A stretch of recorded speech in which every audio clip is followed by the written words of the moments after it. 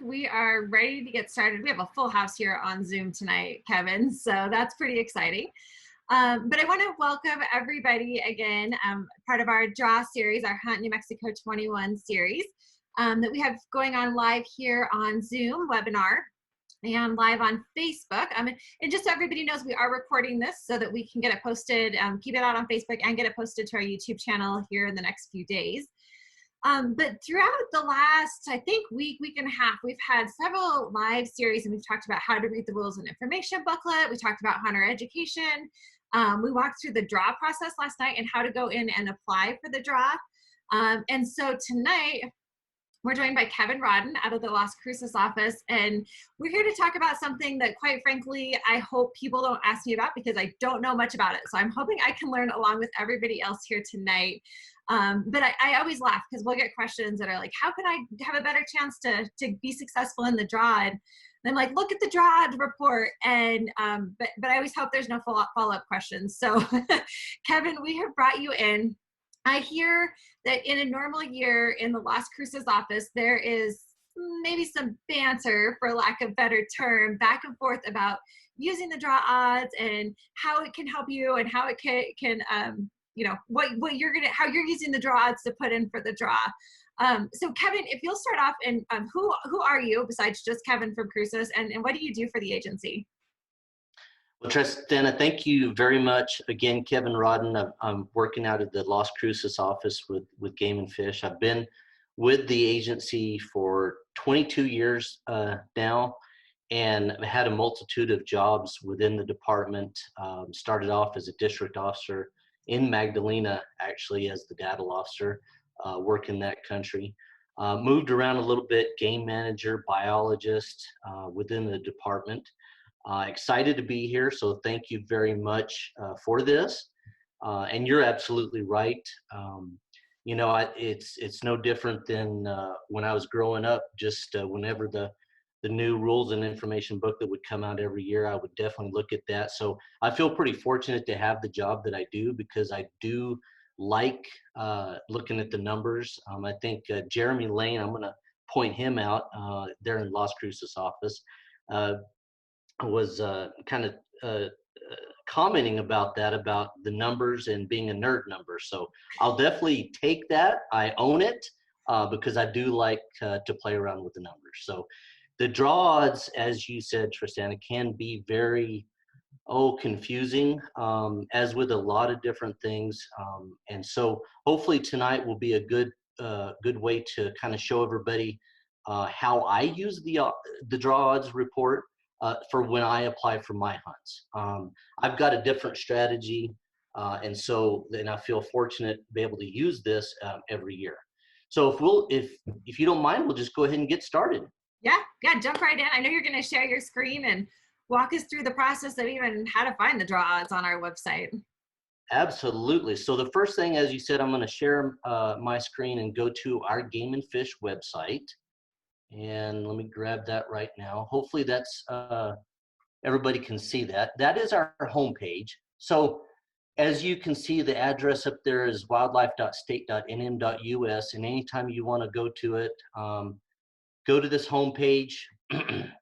There's going to be a couple of different things and resources, actually, and tools that I use to be able to use the draw odds report. And as everyone knows, and Tristana said, that our new rules and information booklet just came out last week electronically online, and the paper copies will be coming shortly. But that will be, of course, what you'll use for current year's applications. But what we're going to do is, on the home page, you'll see where I have that, and you scroll down to publications. Whoops. And I'm going to actually open up last year's rules and information booklet, which is the 2021 booklet. That will correspond with the hunt codes for the draw odds report. I do actually want to back up real quickly here. The hunt codes that we're talking about, and we will be talking about in the rules in the RIB and on the draw odds report, go ahead and double check those every single year. We are on what we call a 4-year regulation cycle. Our game commission adopts changes to our big game hunting seasons, dates, license numbers, etc. every 4 years. So we're currently in the middle, so this upcoming year will be the 3rd of the 4th year. So the hunt codes will be the same. However, just in case something does change within mid-reg cycle, make sure you match up those hunt codes to last year and then also to this year. So when we open up this publication, hopefully it'll go right to it. And what I like to do, the first thing is if there's anything new in the beginning, you'll see important reminders here. And also the dates, important reminders here. We'll have, again, every year, draw one, and I'm sure you went over this. I'll just go ahead and remind everybody. The deadline to apply, for draw one is going to be February 12th. The next very important reminder is to submit your harvest report from this past year, and that's February 15th. If you do, late fees will apply after this date. March 17th is going to be, for this new year, is going to be the new deadline for draw 2, which will be for all other big game species. As you see, this is last year's rib.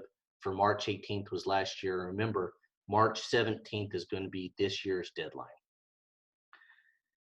So when we go through this, and you can, what I think I'll do, Tristan and everybody, is just go ahead and kind of focus on deer for tonight, and just go through, and we're going to find the deer section, and you'll see the deer draw licenses start on page 49. And you can see the hunt codes associated with that. For everybody who's new to New Mexico or needs a reminder, our hunt codes are something that we use internally that to identify each hunt within a GMU or a game management unit. So if you see here on page 49, and we'll start off with Unit 2A, the hunt code DER-2-103. What that designates is deer, of course. 2 is weapon type. So we have 1, 2, and 3. Weapon type, 1 is going to be any legal weapon, which starts off with the rifle is legal weapon. Then you do have muzzleloader and archery equipment, along with crossbows, are also legal weapon types to use in this hunt. 2 designate archery only. That is the only weapon type that is legal in that hunt code. And 3 designates muzzleloader and bow and crossbow. So that's a good way to look at these things, and that's actually very, very important when we get into the draw odds report itself on using the draw odds and different strategies so you can get drawn more often than waiting several years and say, well, I've never gotten drawn just because I apply for these high demand hunts. There's a strategy that I use to where hopefully you'll get drawn on a more often basis. The next thing I want to do, let's go back to, and I briefed on game management units. This goes along the lines of learning the state. If you go to our homepage again, under the hunting tab, and you'll see hunting lands and maps. What I like, and you'll see game management unit. So again, this is something that you can look around the state, and I like this map that we have published online. And this map is also in the RIB every year, typically right in the middle. You can see these game management unit boundaries, and also it has land status. Land status being very important, as you see in the south, and since I'm in Las Cruces, I'm in the southwest part of the state. You'll see a lot of public land designated by green, which is Forest Service property, The tan brownish color is Bureau of Land Management. Blue is state trust land, which we enter in an agreement with the state land office, leasing that property for hunters. Kevin, yes. Kevin, can you enlarge your screen and increase it a little bit so it's a little bit clearer? It's kind of hard to read. I'm sure I can. You're right on the fly here. Let me see if I can do the. There you go. The zoom. Yep. There we go. That's a little bit better. Thank you. A little bit better? Okay. Yeah. So I appreciate you bringing that up. Yeah, that way it shows a little bit clearer the public land that is available within each of these game management units. So that's very important to look at it when you're deciding what hunts to apply for, and ultimately, if you do get drawn, where are you going to hunt? It's very important that you can see the white designated. Of course, that is private deeded property. And if a person draws one of our special hunts draw licenses, it is valid on any legally accessible public land, including state trust land within that game management unit. It is also valid on the deeded property. However, you must have written permission to be on that deeded property. So it's very important that if you don't have access to deeded property and get written permission from the landowners, you can look at some of these game management units that have a lot of public land.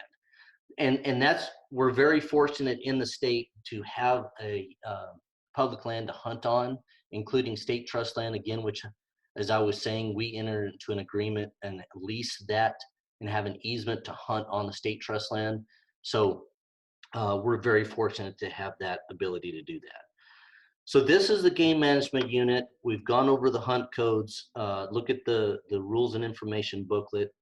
And the next thing I think we'll do is we'll go to the draw odds report. And going back here to the hunting section and the big game and draw hunts. And there's a couple of different ways you can click on that, or you can go over here to draw info, odds, and tips. Before we actually get into the report, this right here, this language actually explains how our draw works. We in New Mexico do not have a preference point system. We do not have a bonus point system. Every year it is a brand new ball game, so everybody has the same chance as everybody else. Through the legislative system, a law was passed a few years ago that designates exactly what percentage of licenses are distributed. 80 at minimum, and you can see here a minimum of 84% of the licenses are designated for New Mexico residents. 10% are set aside for hunters who contract with an outfitter, and that can be, and it's important to note here that those can be residents or non-residents, as long as you contract with an outfitter. And the remaining 6% will go to non-residents. So that's very important to understand when you're looking at the draw odds of exactly how many licenses are available within each hunt code. For if you're a resident, you have that 40%, or if you're a non-resident not contracting with an outfitter, you are competing for 6% of those licenses. So when we get into it, so if you do have 100 licenses for a specific hunt in a specific hunt code, 6% or 6 licenses would be set aside for non-residents and 84 to the residents putting in. So again, that's important to note, that is if there was a hunt code with 1 license available for a non-resident hunter, and you wanted to apply with a family member or a friend and have 2 on that application, 2 or more, that you wouldn't even be eligible to draw that license because the license is not even there for you to draw. There's only 1 license. In some instances, we have hunt codes with less than that, so it's you in essential are wasting that choice. So each one of our applications, hunters have the ability to choose up to 3 choices on that application. And and again, these would be separate hunt codes. So putting in the same hunt code does not increase your odds. Use up to 3 choices on the hunt on the application. And the way New Mexico, the draw system works is every application that is submitted in this next year, and that can be for all species, all big game species, deer, elk, bighorn sheep, Barbary, etc. Every application is combined into the computer program. And then a random sequence number is assigned to each application. So the first application, in a sense of, I look at it as if everyone's name and every application is thrown into a hat, and it's all jumbled up, and the first application is picked out. That's sequence number 1. So if there's 100, and I was just using an example, if there's 170,000 applications within a year, the computer is going to randomly sequence and assign numbers from beginning with 1 all the way down to 170,000. So the lower the sequence number, the better off you are. And again, that is completely random. So there's no way to increase your odds on that. I've heard some guys say, well, I'm going to apply at the very last minute, and that's going to give me a better chance to get a lower sequence number. It has no bearing on when you apply. The computer will just randomly apply those sequence numbers to it. So again, the thing is, you can use the draw odds to increase your odds based on the number of people that apply. And I will say that the way we do this is when an application is drawn or looked at in the sequence, it'll automatically look at your first choice. If that hunt has already been filled, the computer automatically looks at the second choice, and subsequently your third choice if that one's been filled.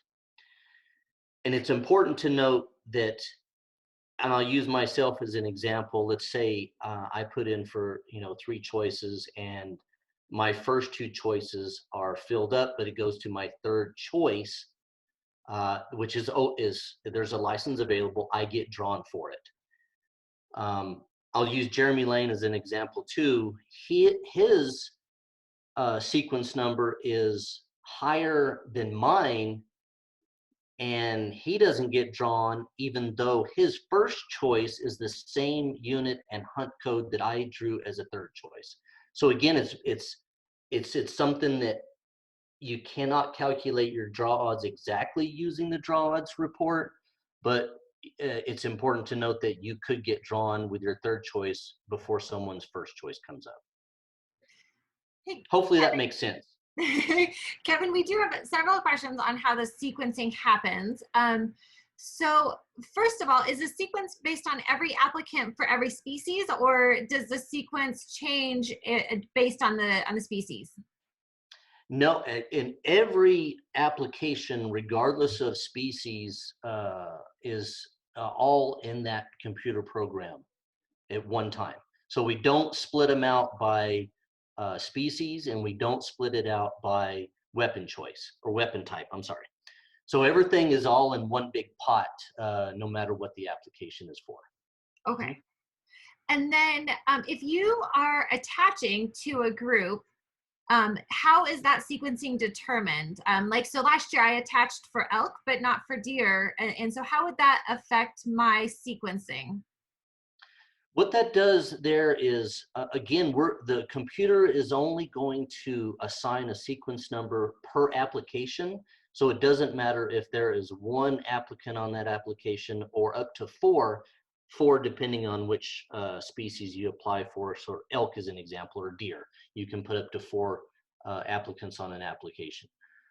So where that is actually going to affect it is when that application is drawn out of the hat, and the computer is going to look at those three choices. And as let's say, for example, that myself and I have a buddy who lives in Colorado, and he wants to attach to my application. So I'm a resident, he's a non-resident. When our application is drawn, where that's really going to affect us is, and it goes back to how many licenses are available for residents and how many licenses are available for non-residents. So in a sense of, let's say that we're applying for a hunt with 100 licenses, and there's only 6 non-resident licenses available. When our application is drawn, there may still be 30 resident licenses available for me to be eligible for. But in a scenario where all the non-resident licenses have already been filled, even though I'm still eligible, neither one of us will draw a license because there's not enough in both pools to draw for that specific application. So that it's important to recognize, and I do know hunting for friends and family is very important, but it's just knowing that on the front end, it could affect your draw odds if there's not enough licenses available when that application is drawn.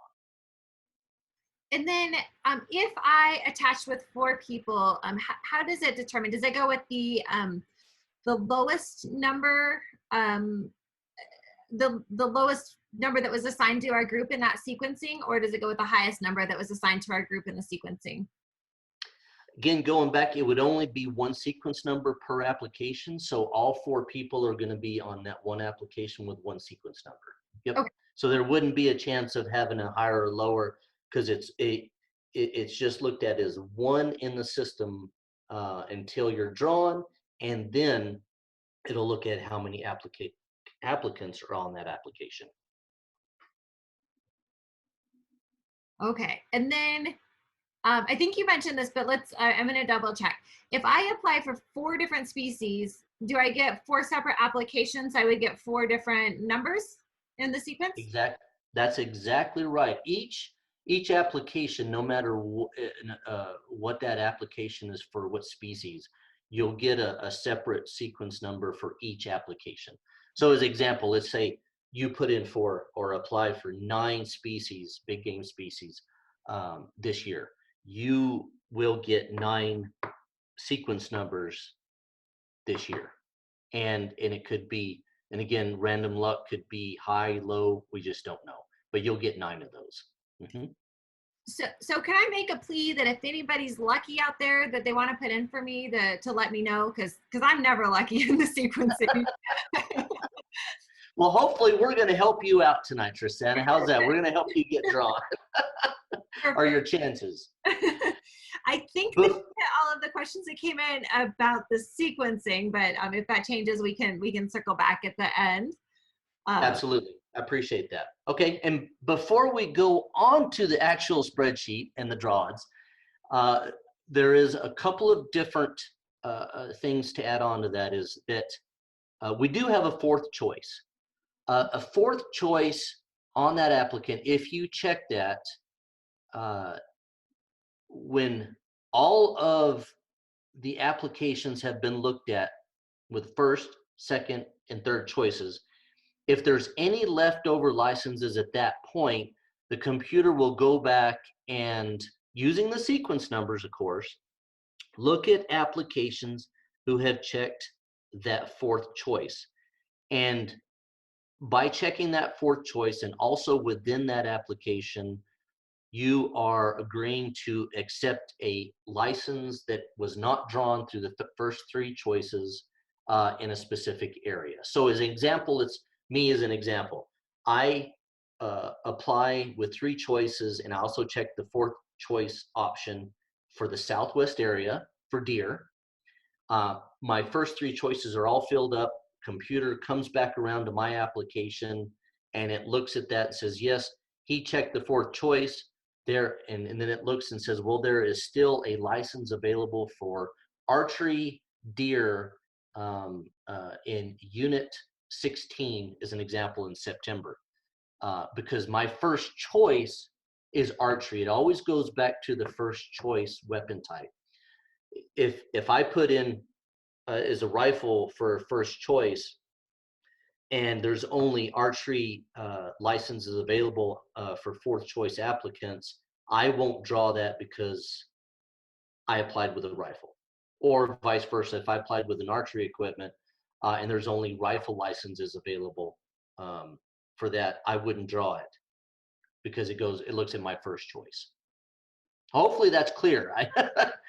I probably jumbled that just a little bit, but it's definitely a confusing topic, but that is why we're here. And I will point back to this page, because this page that you're on right now, from the homepage and the big game draw hunts, it will help outline exactly what we've just talked about. So it's another reference. If you get confused, you can watch this video again or go to this page, and it'll help outline that process a little bit. Absolutely correct. Yes, that's exactly right.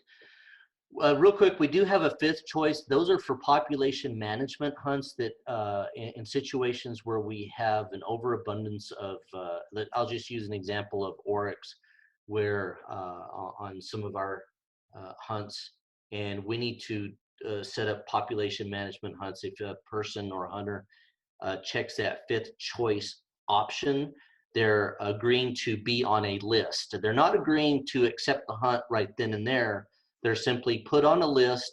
And again, that is based on your sequence number as well. So the lower the sequence number, the higher on that list you will be.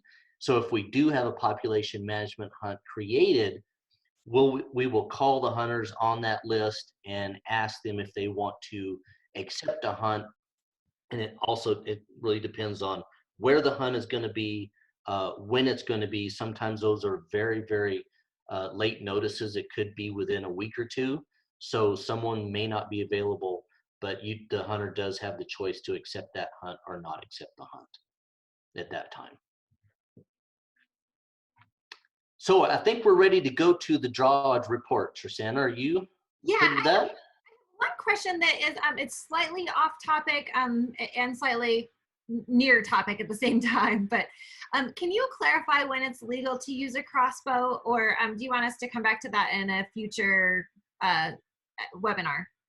No, we can do it right now. Real quick, crossbow is legal to use during any legal weapon hunt, which is designated 1. It's also legal during the muzzleloader. It's not legal to use in the archery hunts, which is designated 2, except for hunters who have applied for and received a mobility impaired certification. So that entails doing that well in advance of the application process. If you're designated, there's a process to go through to get that permit. If you're mobility impaired, get a physician to sign off, and then that's approved through the department. Then a hunter with that mobility impaired permit can use crossbow during an archery hunt. But everybody else, no, it is not legal during the archery season. Okay. Thank you. Mm-hmm. Okay, I think we are ready for the next step. Okay, well, I'm going to stay right on that page, as you can see right here with the tab, and you see my cursor with how the draw works right here that we just talked about. The next one is going to be the odds and reports. And as everyone can see, we have the 2020, 2019, and 2018, both the summaries and the complete reports. So everybody that is watching this can go to this and look at this. Again, being the self-identified numbers nerd, as I think Jeremy, maybe he's the one that called me that, I'm not sure. I always like to use the complete report. That gives me the most information, the most data that I can look at when I'm trying to decide what hunts that I want to apply for. So we're going to click on the draw odds report, and I do believe that I'm going to have to stop sharing this, and I'm going to share my screen with this report, and hopefully that comes up for everybody to see. And Kevin, yes, that did come up. And so earlier you referenced the regulations, rules, and information booklet that is for the year that we're just getting ready to end. So for the 2020, 2021, and those numbers, you reference that because the hunt codes in that book will match these hunt codes exactly, correct? That's absolutely correct, Okay. so that's a very important point to make, and I'm glad you brought that up. Using last year's rib, like you said, 2020 to 2021, with the 2020 complete drawing odds report. As you can see, that 2020, that's the first year of that license year, 2020 to 2021. So that's where you'd match those hunt codes up. So thanks for bringing that point back up. And then you would want to cross-check and make sure that the rules and information booklet that you will use to put in for the draw is the 2021, 2022 hunt codes, just to make sure there was no changes in there. So you'll definitely want to double check those, right? Absolutely correct. Yes, even though it's on a 4-year reg cycle, but you're absolutely right that the Game Commission has the ability, if there are significant biological changes within a regulation cycle, that we can, they have the ability to make changes to our rules and regulations. So you're right. So those hunt codes, make sure that they match up. I'm just going to kind of delve off again, using deer is an example tonight, but this strategy can apply for any species. Some species, obviously, for and I'll just use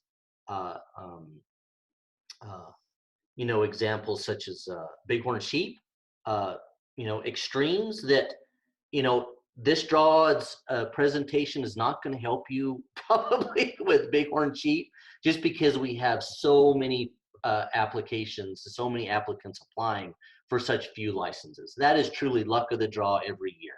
But for deer, when we have so many hunt codes, so many game management units and licenses available, that if you use this draw odds report, that you can actually better your odds every year of getting drawn. Again, it's not something that's a guarantee, but it puts those in your favor. So over time, you probably will draw more often than not if you use this draw odds report and the strategy that I use. So we'll just jump off into this, Tristana, that Unit 2B, which is in the north west portion of New Mexico, is kind of well known for a high deer population and also big bucks. Rio Reba County actually has in the Boone and Crockett record books one of the highest numbers of entries coming out of Rio Reba County, which is 2B as part of that. So that's kind of a well sought after hunt and game management unit. And you can see what I've done here is I've highlighted specifically this hunt right here. 2B, the later hunts are better just because of the migration that happens. And there's quite a few deer that migrate from Colorado down into 2B. So the later the hunt structure is going to be better for the hunter, and it definitely reflects in the number of applications or applicants. This number right here, I want to point out real quick that I have highlighted. That is not applications, that's applicants. Okay, so that's actually numbers of people. So in this example right here, we do have 475 total licenses available. Again, 84% will go to residents. And you can scroll over here all the way to the right, and that that number is 399. That's resident hunters that are drawn out of the 475. So that, and again, that's important. If you're a non-resident, and you can see this right here, this is the total number of non-resident applicants or hunters applying for this specific hunt code. Even though there's 475 total licenses, you can see there's 846 separate hunters, non-resident hunters applying for this hunt. First, second, and third choice. And there's 29 licenses that are drawn. Hopefully I'm looking at this correctly. And outfitter applicants that are contract with an outfitter, residents and non-residents, 47 licenses. And going back here, you can see that in this example, there's 316 different hunters applying for this specific hunt code that have contracted with an outfitter. So that's what I do. This can be confusing, Tristan, and everybody out there, that right here, you can see what I've highlighted, that is the total number of hunters who are applying for this specific hunt code, which is 7,410 hunters. But what I like to do, since I'm a resident of New Mexico, I don't look at that number, I look at this number, and it's 6,248. So again, in this example, the odds of getting drawn for this hunt are very, very low. And that's what we call our high demand hunts. So something in this instance, there's a lot of hunters vying for a specific number of licenses. So in this instance, you can see that chances of getting drawn are very low. So if I was to put this as if I was to apply for this hunt every year as my first choice, and that was the only choice that I applied for every year, statistically speaking, I may not ever draw this hunt, just because the sheer number of hunters who are applying for this hunt code. So as you can see, in these other hunt codes, and we'll go up to in the first hunt, I'm sorry, the first hunt in 2B, rifle, and again, going back to the weapon type, there's 275 licenses, and again, looking for me as residents, there's 2,737. So even though there's fewer licenses, there's still significantly fewer hunters applying for this hunt. Even the non-residents, there's lower. So your chances, using that strategy, your chances are better to get drawn for this hunt than you would be for this hunt code down here. So in that sense, you can already see a pattern starting to develop if you look at what pool you're eligible for. So again, using a non-resident as an example, for this right here, for this hunt, and I'm going to use a very low number, okay? So this youth only hunt right here with 40 licenses available. You can see that as a non-resident, there's 100 applicants applying for this specific hunt code.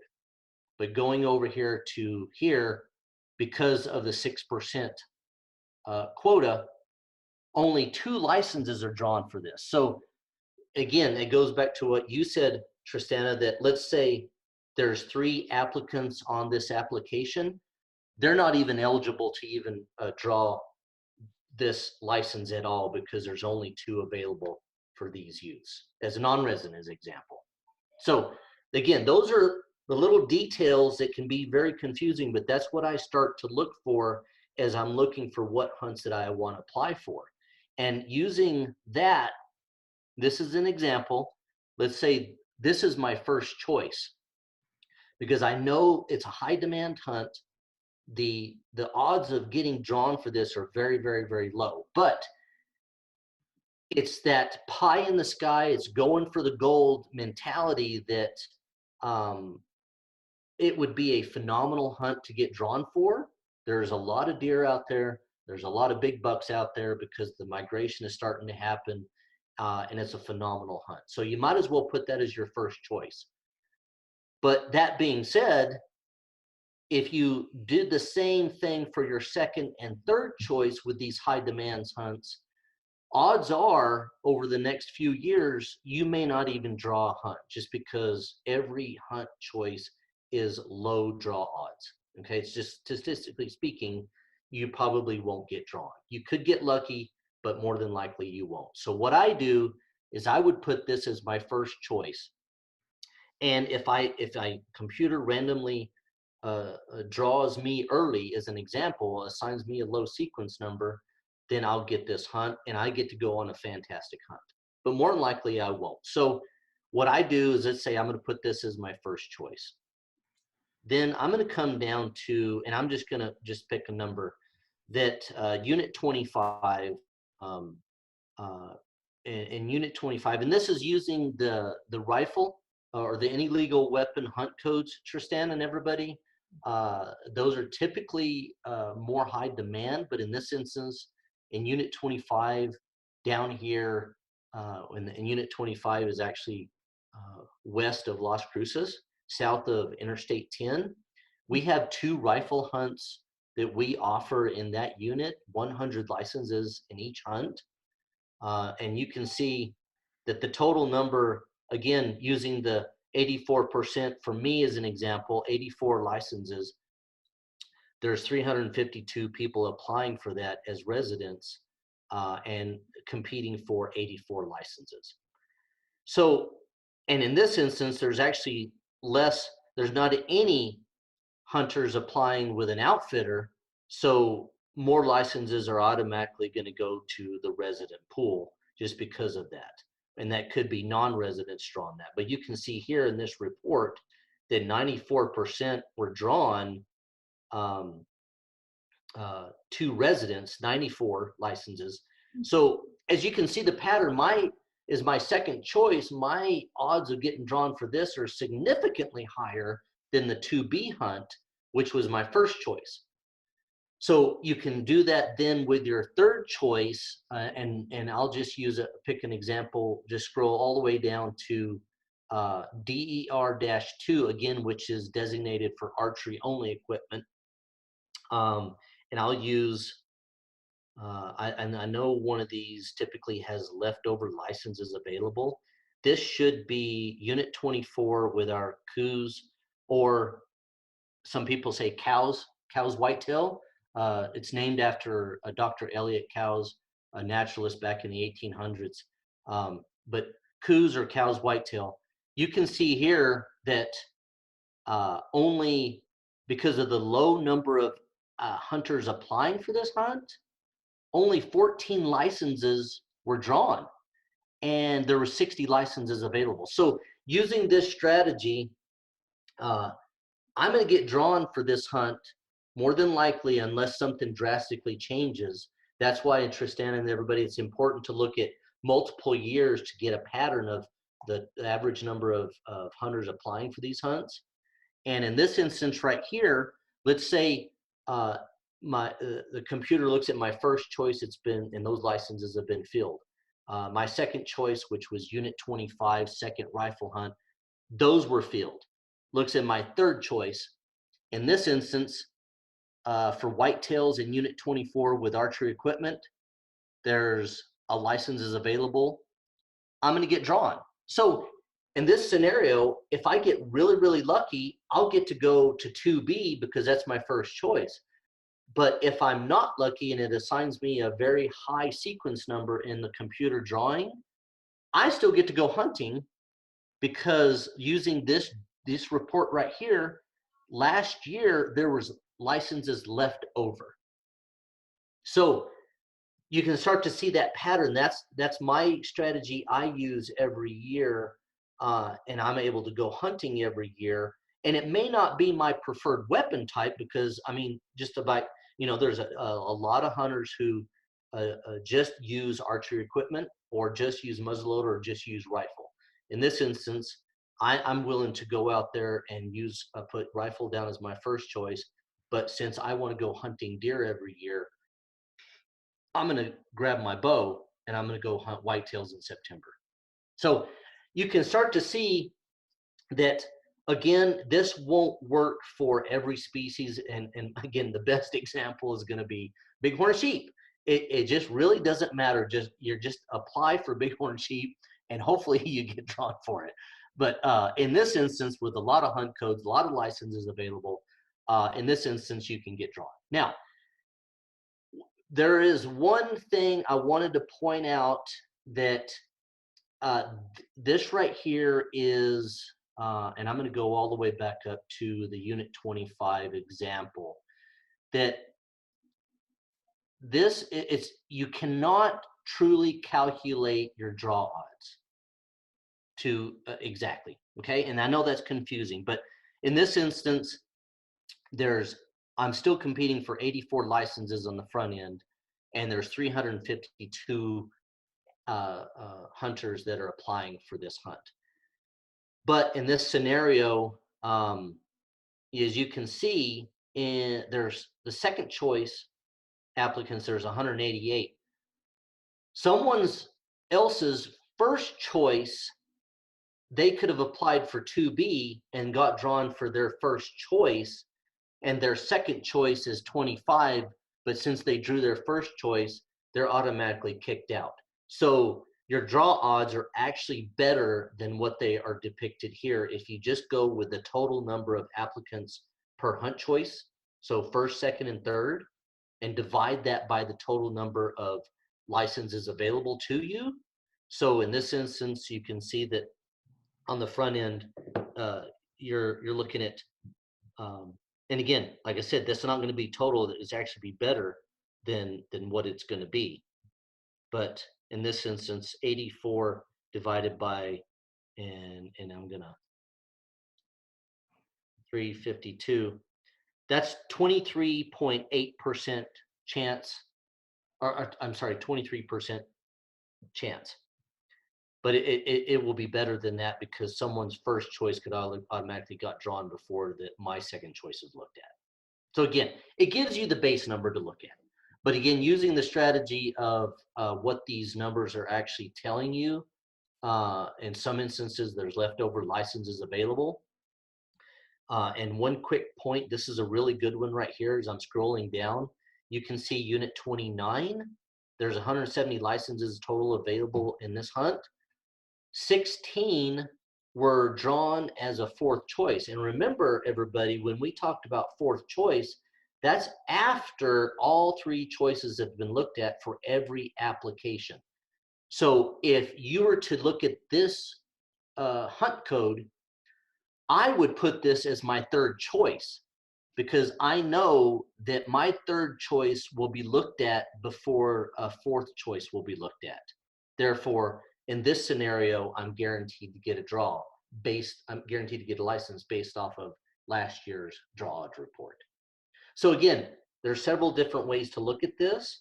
But again, this gives you a really quick overview of what these numbers mean, and how you as a hunter or anybody out there, whether you're a resident, non-resident, or you contract with an outfitter, how you can better your odds of getting drawn for a hunt each year.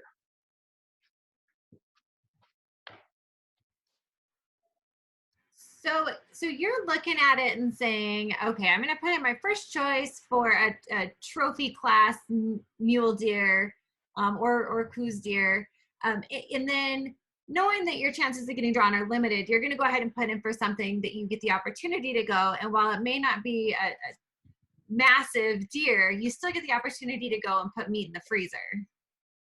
Absolutely. That's a great way to look at that. Whether it's meat in the freezer or putting in the time and effort to get out there, you're still able to go after something a little bit more mature, older age class.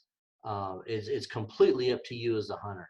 But using this, like you said, is a different way of looking at it, and at least you get to go hunting every year. Or your odds of getting to go hunting every year are increased using a strategy like this. That's correct. Mm-hmm. Okay. Sorry, I'm typing answers and talking at the same time. One question that popped up.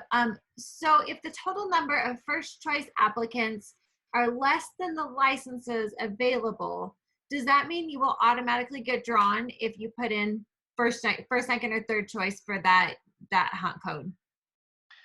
If I understood the question correctly, and I'll just say it back, if there's less, and I'm looking, I'm trying to look as I'm talking, and sometimes I'm not.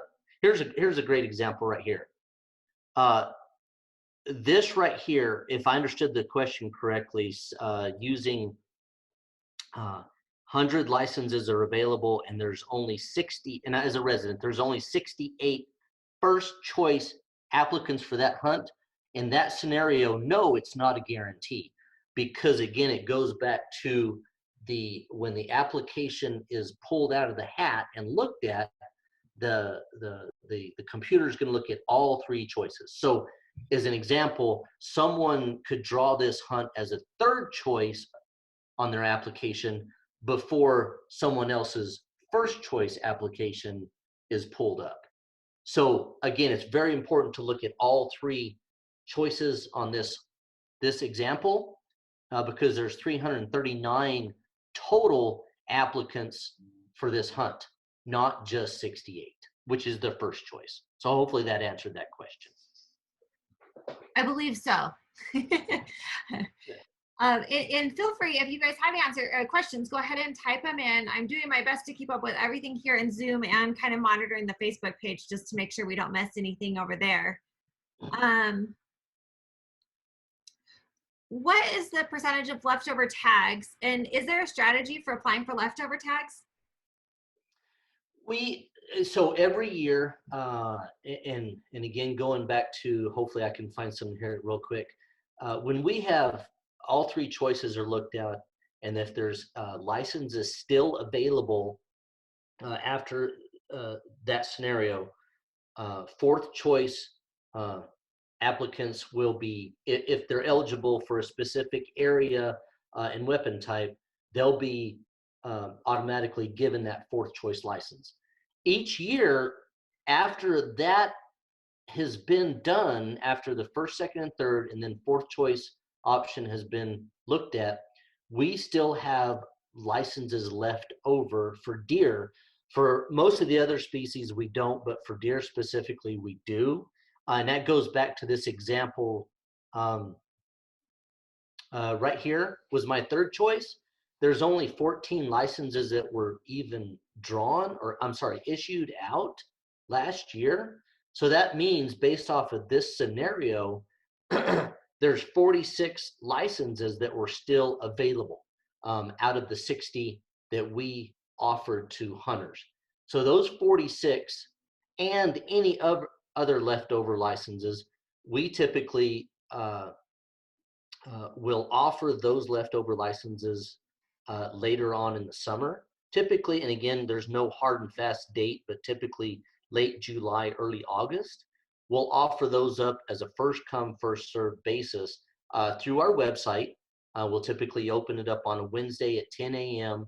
Hunters can log in through their account, and if the license is available, they can click on that and hopefully buy one of those leftover licenses at that point. So it can be confusing when I say leftover, because there's actually two different leftover licenses.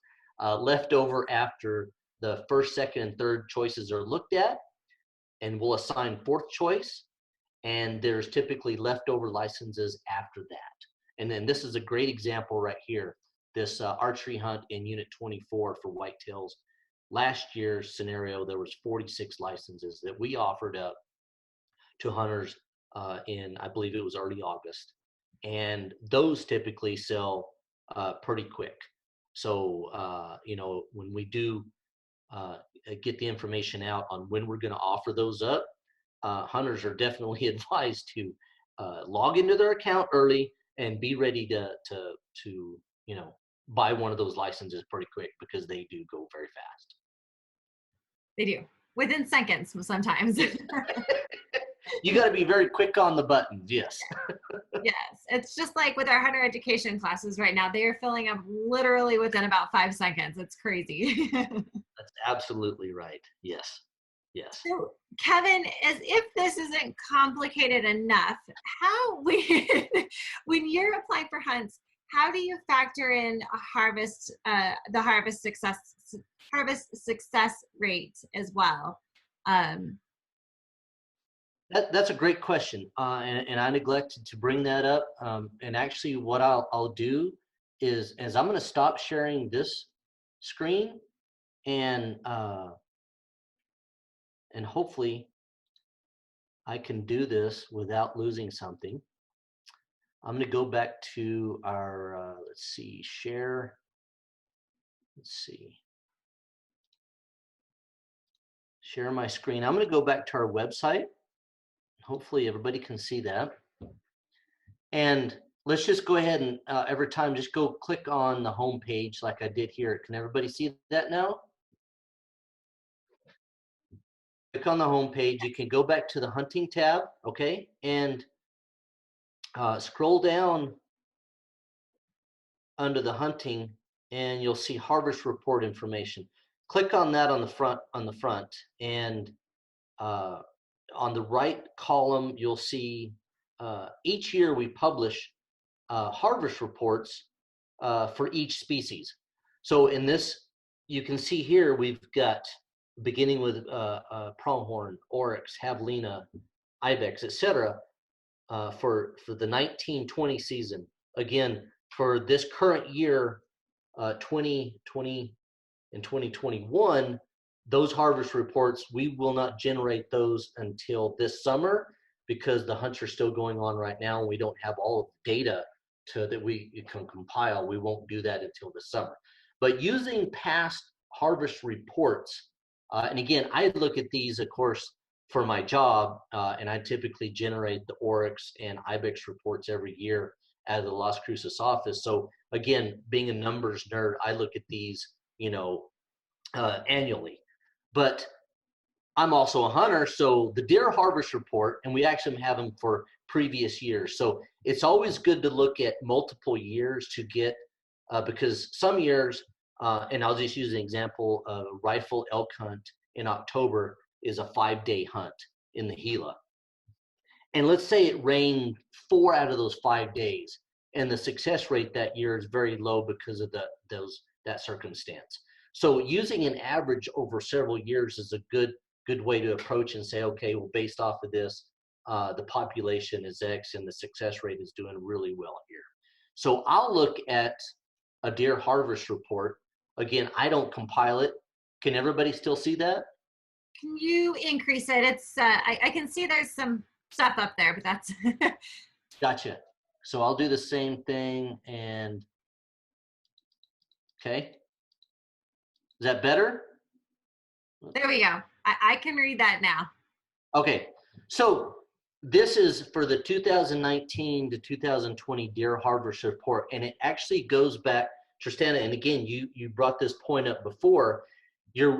Hunters, you're going to have to use the 2019 and 20 RIB, or Rules and Information Booklet, to match up the specific hunt codes. Again, don't bank on the fact that the hunt codes are staying same every year. Just go ahead and make sure you use the correct RIB every year for that license year. So match it up with the 2019 to 20 deer harvest report with that specific RIB, 2019 to 20 RIB.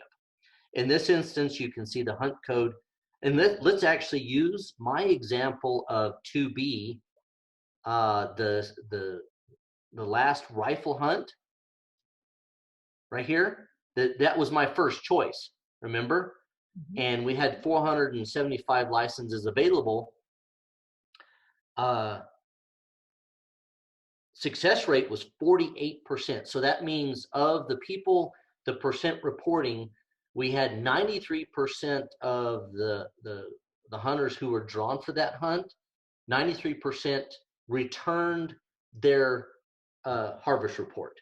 So we had 7% who did not return their harvest report. Now, again, as a quick reminder, New Mexico has a mandatory harvest reporting system, which means that you must submit your mandatory harvest report for last year if you want to be eligible for this upcoming year's hunts. So it's very important not to miss those deadlines. Otherwise, if you do not submit your harvest report, your application will be automatically kicked out of the draw, and you're not even eligible to compete for licenses this next year. Okay. So again, using this example, 93% of the hunters who were drawn for that year, they submitted their harvest report. And based off of that information and based off of that data, there was 48% of the hunters were successful in harvesting a deer in that hunt, which, again, looking at a lot of different harvest reports and harvest success rates around the state, 48% is a really good success rate. So that means that you extrapolate that out to the total number of licenses, 212 were an estimated harvest for that specific hunt alone. Okay. And in this instance too, we do have some sociological matrices that we gather, so satisfaction ratings right here. So that's a 3.5 out of 5. And we asked every year hunters to rate their hunt from 1 to 5, how satisfied they are with that hunt. And in this instance, it was 3.5. And the next thing to look at is the days, average days hunted out of 5 days for this hunt, 3.5 days.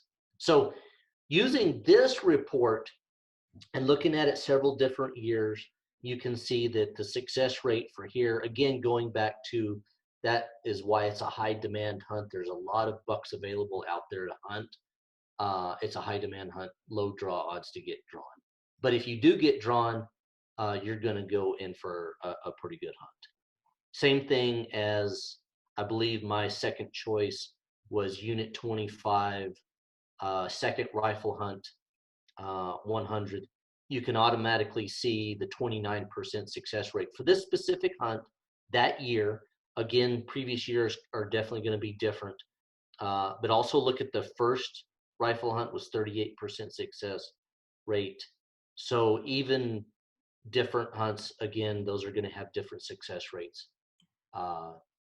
Less chance of going after, say, a mature age class buck in that hunt, or trophy quality, whatever one wants to designate, is going to be lower. So again, these are great tools and resources that we publish every year, and these are species specific. So again, one for elk, one for pronghorn, oryx, elk, ibex, etc. It just goes on down the line. You can see what that estimated harvest is for each one of those hunts each year. And then again, looking at the satisfaction ratings, you can say, well, this is automatically a 3.3, so that's lower than, and everybody has different ways to, evaluate their hunts. It's a personal question. I personally have probably a different way to view the way I hunt. I like to go hunting every year.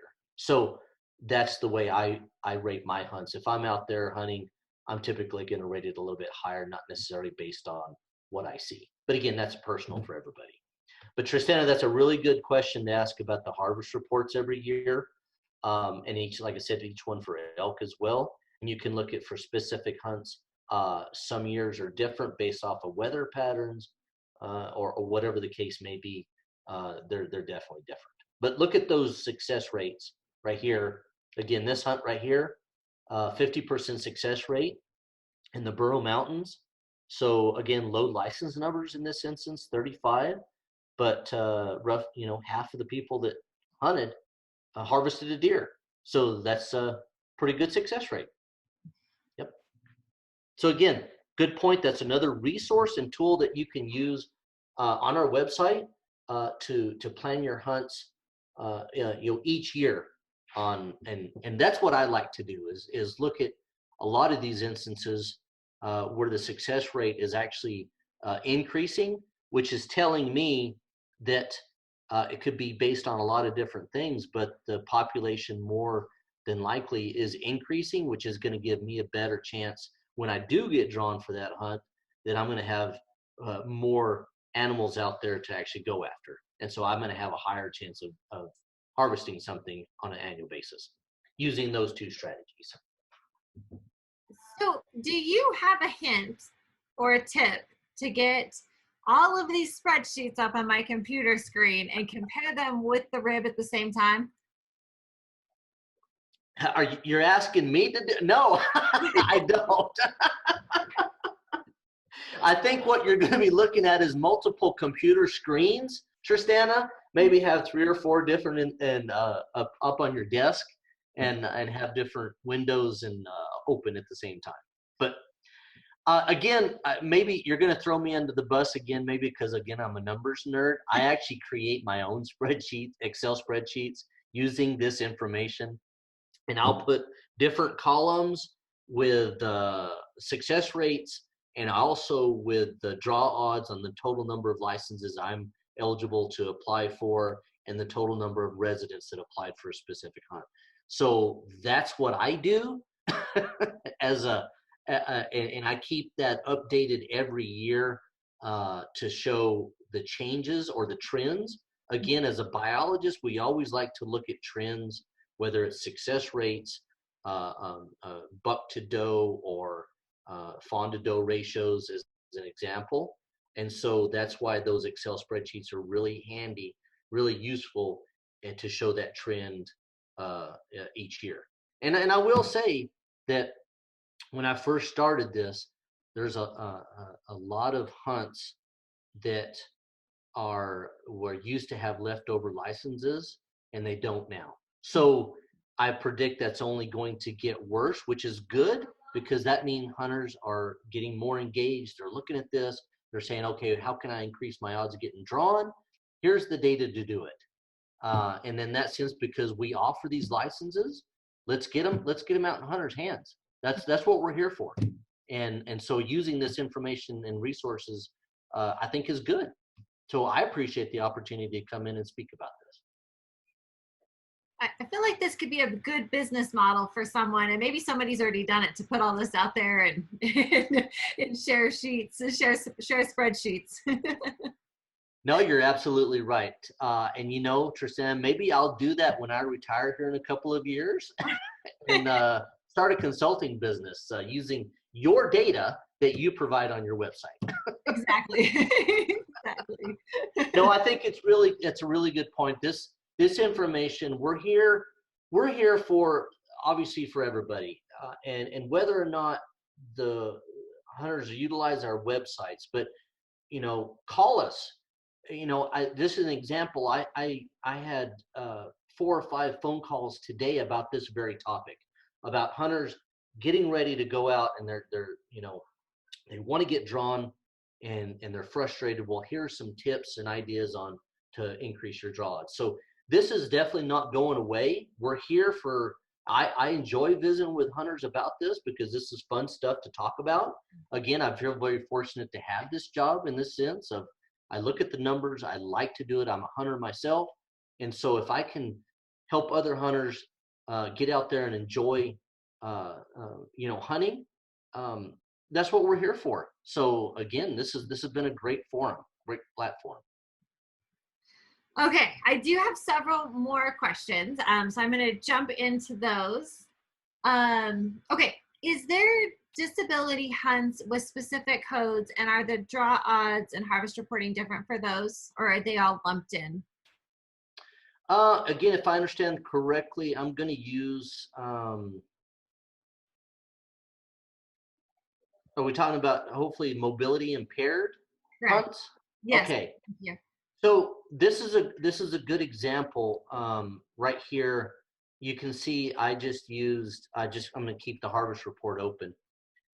In unit 16 for deer, you can see where it says MIP, and that's mobility impaired, that designation. This hunt, again, using the crossbow example, that you must be certified and get a mobility impaired permit before the application process starts. So again, doing this well in advance, that if you are get that mobility impaired card, you then eligible for this hunt right here, DER-1-190. So only hunters who have a mobility impaired card and are certified are eligible for this hunt. So that kind of goes back to the application process that I do not have a mobility impaired card. I'm not certified, so I'm not eligible to put in for this hunt. You've got to have that number when you apply. So in that instance, I'm not eligible for this hunt. Other hunters with that certification are eligible for this hunt. So that's the only ones you're competing against in this instance right here, this hunt specifically for deer in Unit 16. And it's just like anything else. You can use this as a hunt choice, say first choice, and then you could choose the DER-1-191 as the second choice, which I'd be eligible for, but you're still eligible even though you have a mobility impaired card and you can only put in for this hunt. Awesome. Thank you. Okay, and then I have one other question, and then I want to talk about some non-resident draw odd questions. So on population management hunts, that's your fifth choice, right? Correct. Is there a higher rate? I'm guessing that is a higher draw odd percentage to get a tag on your fifth choice?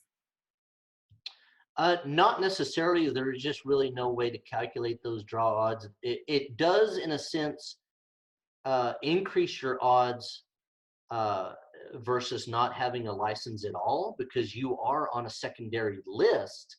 And if we do, and that's a big if we do have a population management hunt, then the hunter who chooses that fifth choice is on the list, and it could be ranked from 1 to 10,000, depending on how low your sequence number is and where you sit on the list.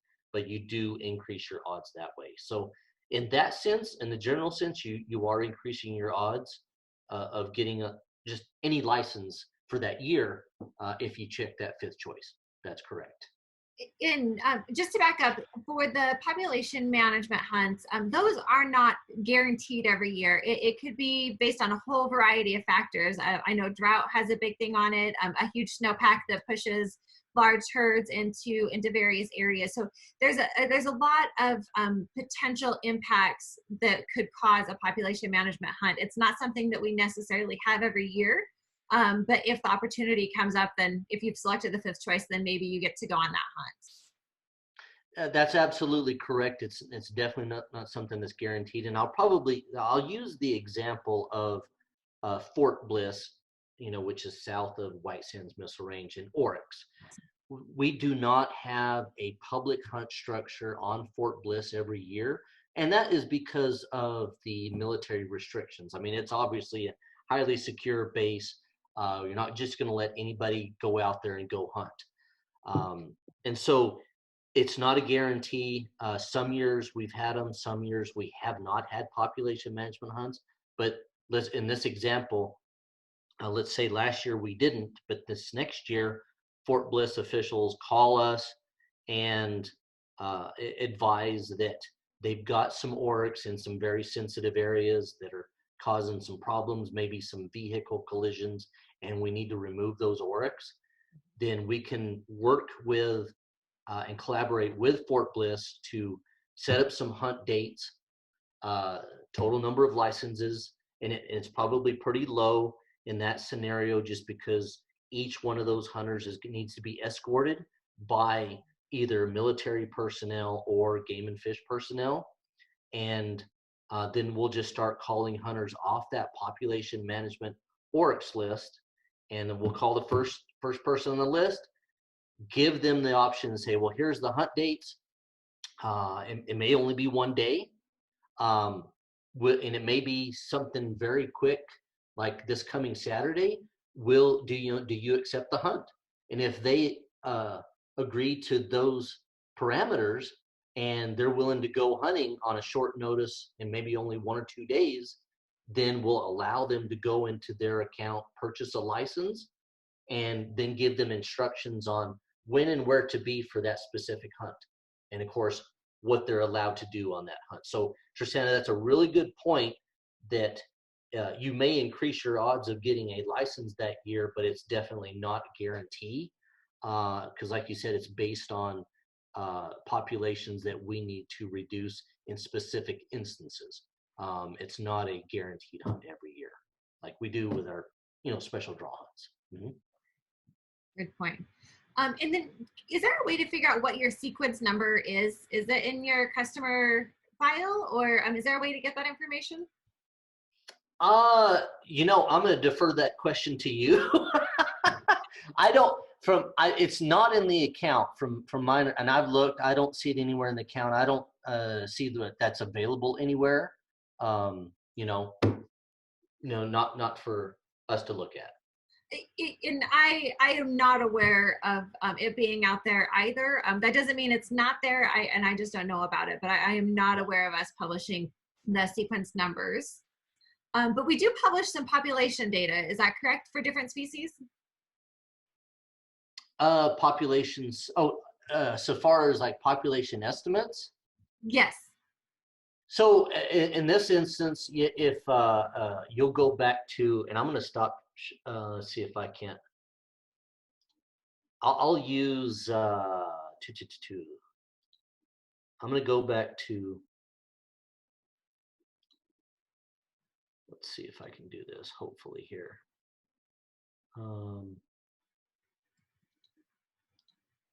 While you're looking, Kevin, I'm getting text messages that says that we can look up a sequence number for customers after results have been announced.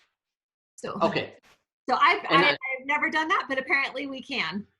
Gotcha. So that would just be a special request through our website? That's my guess. I'm hoping I'll get another text with more information. Gotcha. So let's go back to your question about population estimates.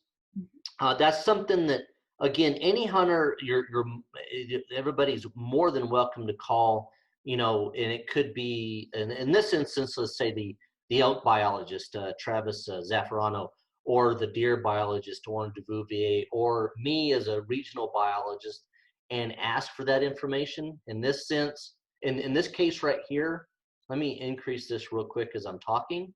This is the Elk Harvest Report, and again, 2019. This actually data and information comes from our elk rule that we, again, goes back to our rules and regulations that we, on a 4-year regulation cycle. This data is actually published in that rule. And we actually publish it on our harvest report every year. So we not only publish population estimates in this sense, and I'm going to increase this a little bit more. Hopefully I can get over there. And you see population estimate. We have bull to cow to calf ratios. So again, each year we conduct aerial surveys for elk using helicopters. And for each one of our herds, we have herd units we designate around the state. We use this aerial data to calculate what our ratios are, and then we use a model to reconstruct the population using harvest data to get a population estimate. And again, and it's very important to note, with the landscape out there, we don't have an exact number of elk on the landscape. I mean, there's no way that we're ever going to know that. So we use models, we use aerial surveys, and to come up with a population estimate. And in this instance right here, the Jicarilla San Juan herd unit up in Unit 2, again, the northwest part of the state, we have population estimates, bull to cow to calf ratios, again, a very healthy 34 to 100 bull to cow ratio. And then we come up with what we call our sustainable harvest using that information or that data. So that's where we want to sit every year to say X number of calves are going to be born. We want to only harvest a portion of those so it's sustainable year in and year out. We're not going to over harvest, because then after we do that, after 4 or 5 years, we're going to have to reduce licenses.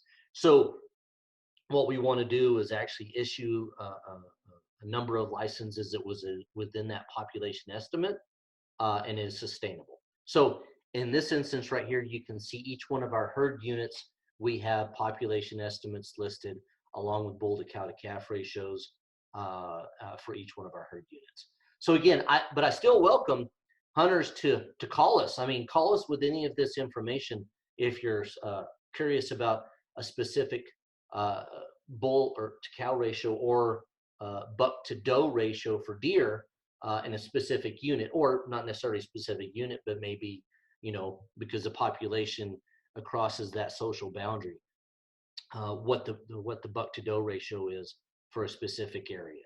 And then start, as you said, start determining where you want to go based off of what you want to see when you're hunting, whether that's an older age class animal, which is typically larger antler size, or if you just want to go hunting every year and it's more of an opportunity hunt, and you're looking at this as an example, what is the population? What are my chances of seeing an animal out there? So the higher the population, the better chance I'm going to see an animal that I can harvest. So that's a really good point. Awesome. Okay. For the numbering sequence, after the draw is complete, you can contact the department through our 1-800, our information center, and that phone number is 1-888-248-6866, and we can look it up for you. And then when our offices open back up, hopefully as the COVID pandemic dies down, you can also drop into one of our offices and we can look that up for you. So learn something new every day. Thank you. Absolutely. No, this has been good. That's good to know. Yes. Okay, so I have a couple of non-resident questions, and they've been waiting very patiently for like 20 minutes now to get back to their questions. So going back to the allocation, the system, the 84-610, how many licenses need to be available for a non-resident to have a shot at a tag? That's a great question. And if you will, I'm going to put you on the spot, Tristana, because I need to dig that information up. So give me just about 2 or 3 minutes. 2 or 3 minutes. You're really putting me on the spot. I really am. Again, Tristana, as you mentioned, during this pandemic, we're working from home. So I've got my personal computer up, my work computer. I need to go dig that information up. So give me a couple of seconds. Awesome. While you're doing that, I have a few other questions. I'm going to share my screen. Give me just a second. Sorry, everyone. Bear with us.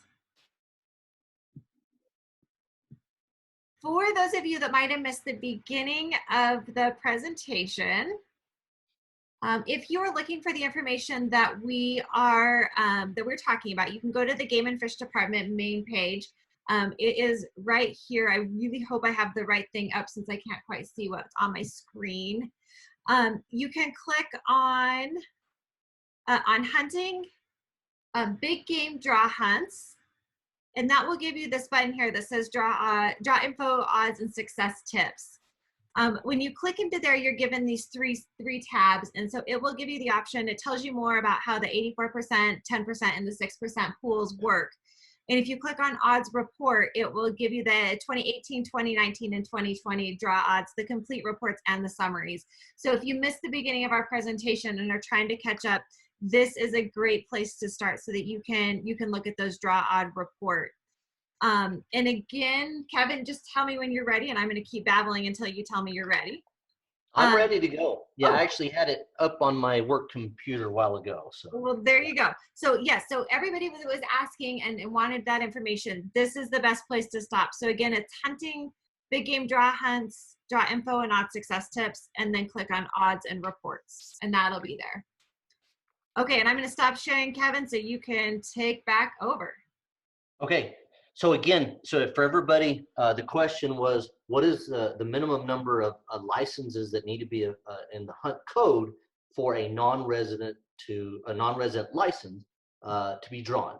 And that is going to be, now hopefully,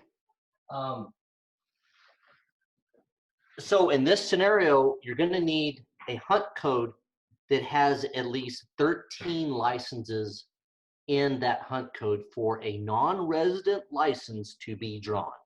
Okay. Now, you're looking through our rib, we don't have a whole lot of hunts, if any, that have 13 licenses, but we do have hunts with 15 licenses available. And in that scenario, with 15, we're going to be drawing, and I do apologize for this, but in that scenario with 15 licenses, we're going to draw 13 for residents, 1 for the outfitter pool, again, could be resident or non-resident, and 1 that will be drawn for a non-resident. So that's a great question that, again, that as a non-resident looking through the rib, and if you see a hunt code that has 10 licenses available, it's not even, we won't even draw a non-resident license in that scenario because of the 84% rule. So in that scenario with 10 licenses, we're going to be drawing 9 resident licenses and 1 license through the outfitter pool in that scenario. So that's a great question. As non-residents, you know, anything that's below 13, don't even apply for. I mean, it's you don't want to waste one of your hunt choices in that scenario. Perfect. And I was trying to look up a hunt code specific to elk, and I'm not seeing it right off. It's probably right under my nose, and it's just not jumping out at me. But if a non-resident applies for ELK-1-189, is it even? I'm not sure if you're familiar with that code. Is it even worth it? I was trying to find it in my rib, and it's just not jumping out at me. That is Unit 6A. Well, actually, and that's, again, we can, there's so many complicating factors here that you have to cover each one of these. And it is very, very important to note as well that within that law that was passed a few years ago for the quota 84 to 10 to 6 split, it was also passed and adopted that antlerless licenses for elk or cow licenses for elk are only set aside for New Mexico residents only.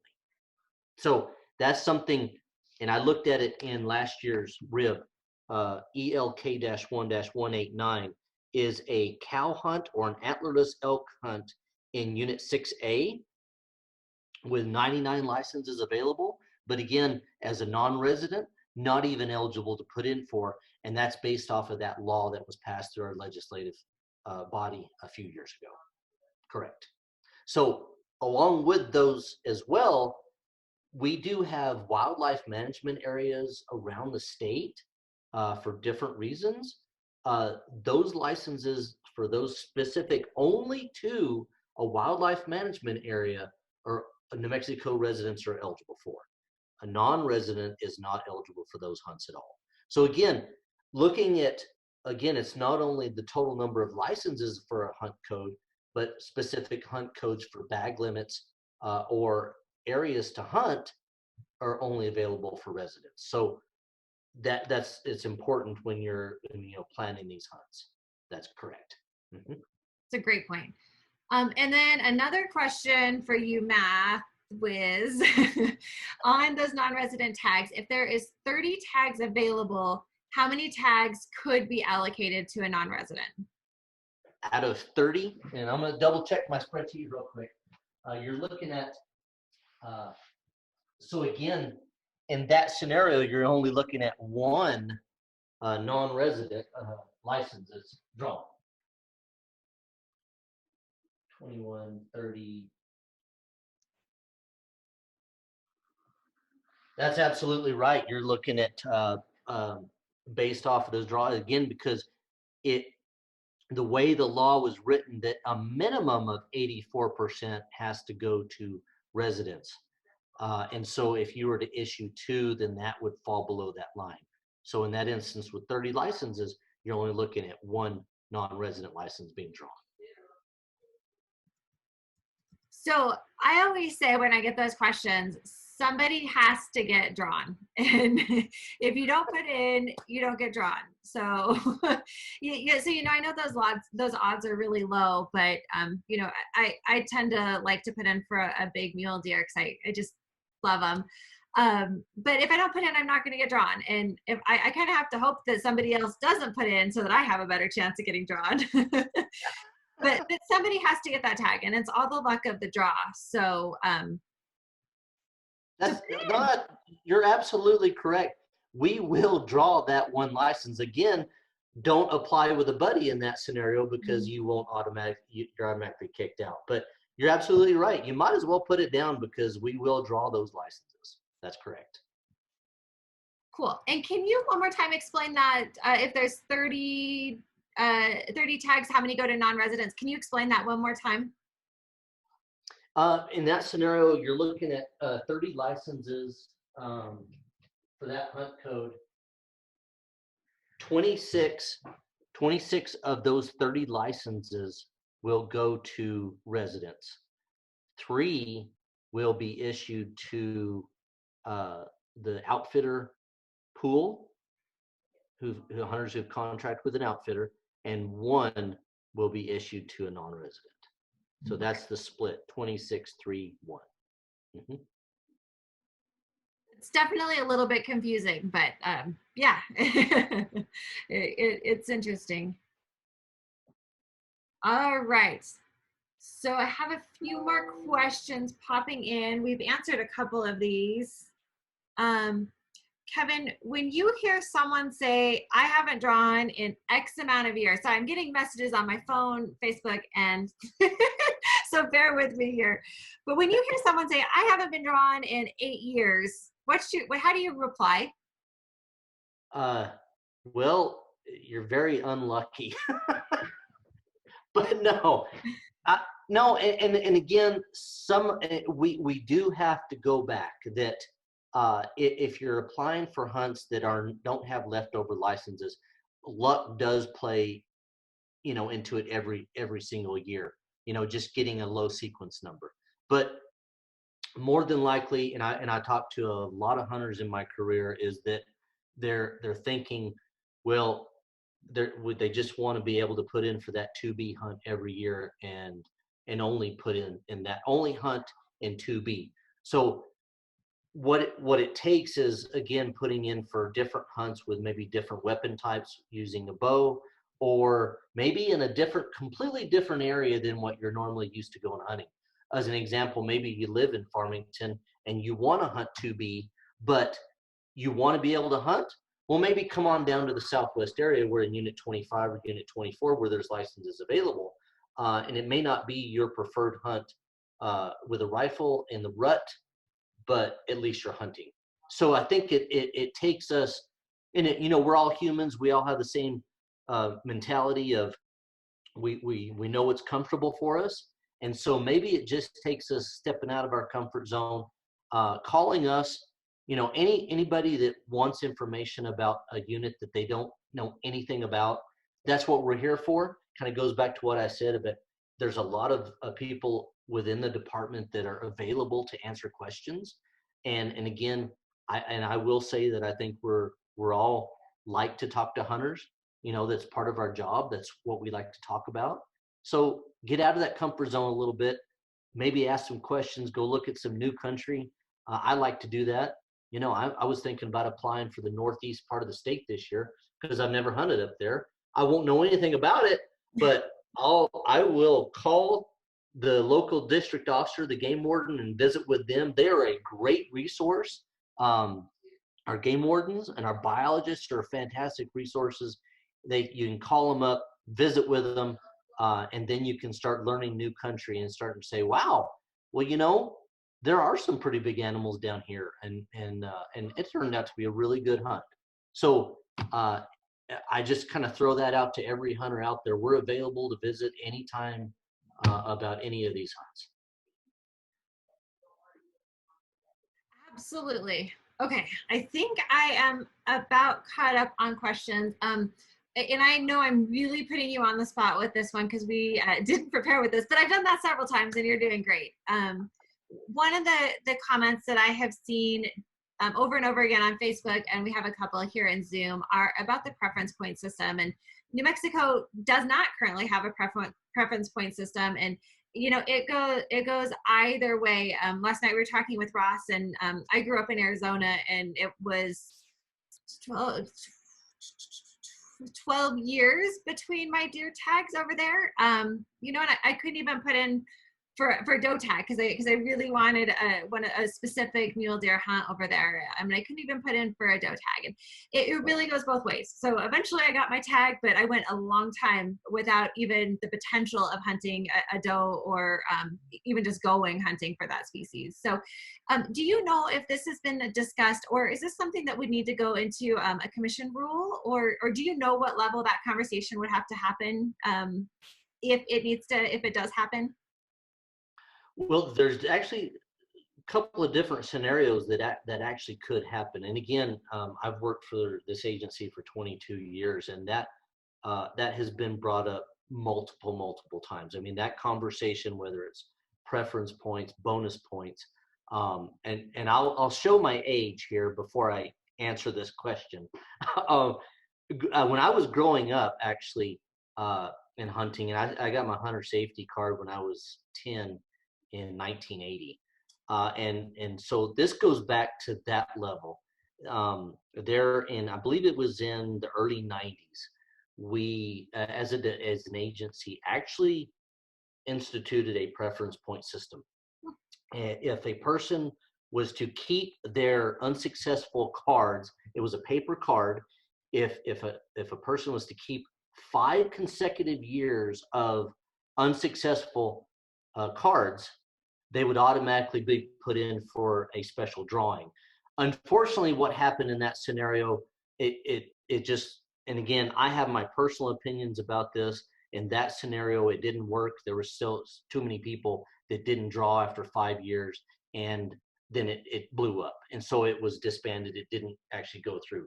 That was game commission. So to answer your question, Tristana, what it is there's 2 different scenarios that legislatively could happen, just like our quota, if the body decided to pass a law about that, or our game commission could pass or adopt new rules and regulation regarding a preference point or a bonus point system.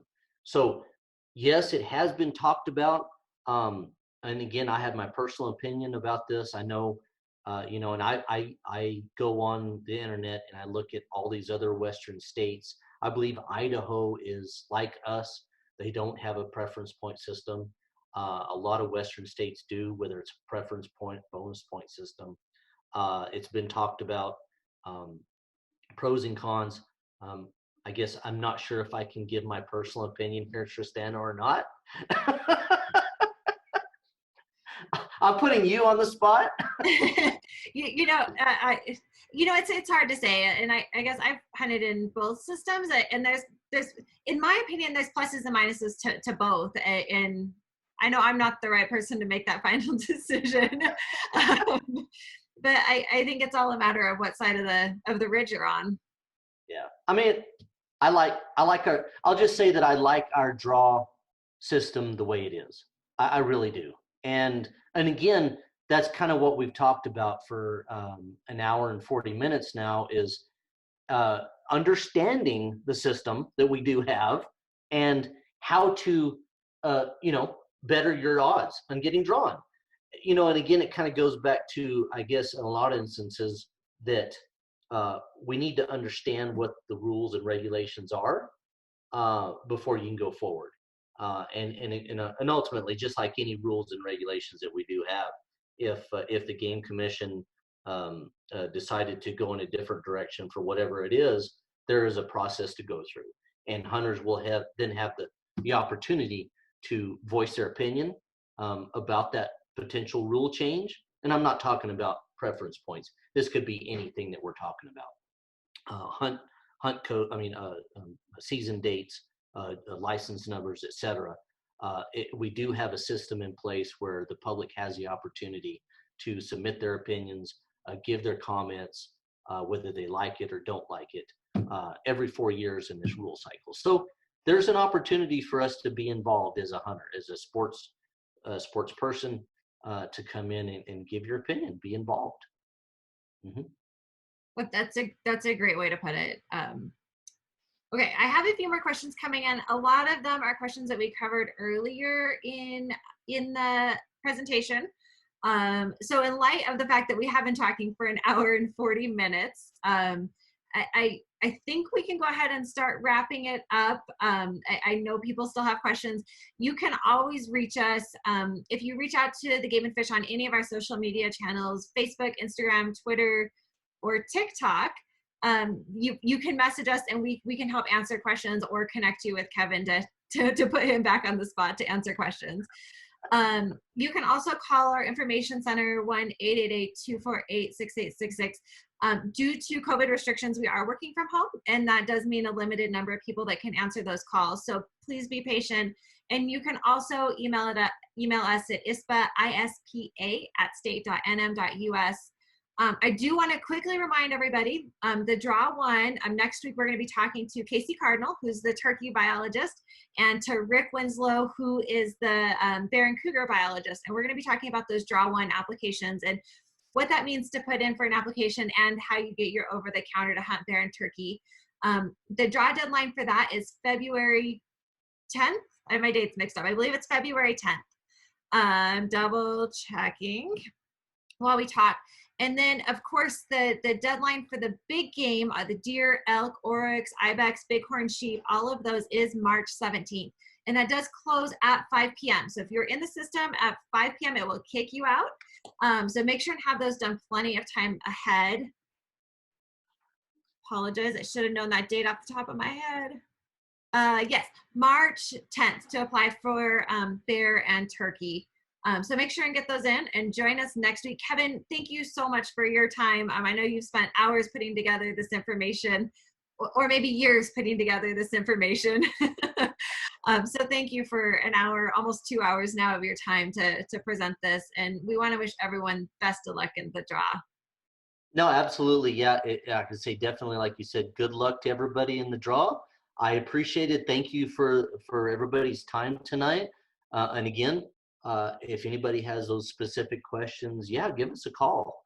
Each one of our number, we're available to visit about these things, and we're excited to do it. So thank you. Appreciate it. All right. Good night, everyone.